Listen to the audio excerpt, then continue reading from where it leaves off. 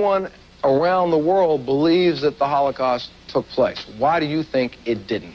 Well, Montel, it's very important to understand that no one says that those pictures are not real, as you indicated at the beginning of the program. The pictures are very real, they're very horrible, they're very tragic, and we've all seen them. We've all heard that 6 million Jews died in the Second World War during the Holocaust. But it's very important to understand what these pictures show and what they don't show. These pictures were taken at the Bergen-Belsen concentration camp at the end of the war by the British when they liberated the camp. The people shown these pictures, and it's a very, very terrible pictures. Nobody denies that. Nobody says it didn't happen. Nobody says it's not true.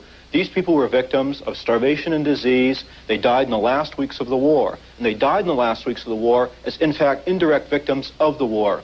British doctors who were at the camp themselves at the time the camp was liberated, and many inmates who were at the camp there and elsewhere have also confirmed that conditions at Belsen, although certainly not a country club, were relatively good until the final weeks and months of the war. And that was because in the final weeks and months of the war, all of Germany, all of Europe was in complete chaos. All the railroads were ruined. It was impossible to supply food. It was impossible to supply water. And particularly at Bergen-Belsen, thousands and thousands and thousands of Jews were evacuated from camps further to the east as the Soviets were coming in and sent into this and other camps which were enormously overcrowded. And these people died in large numbers by disease and starvation.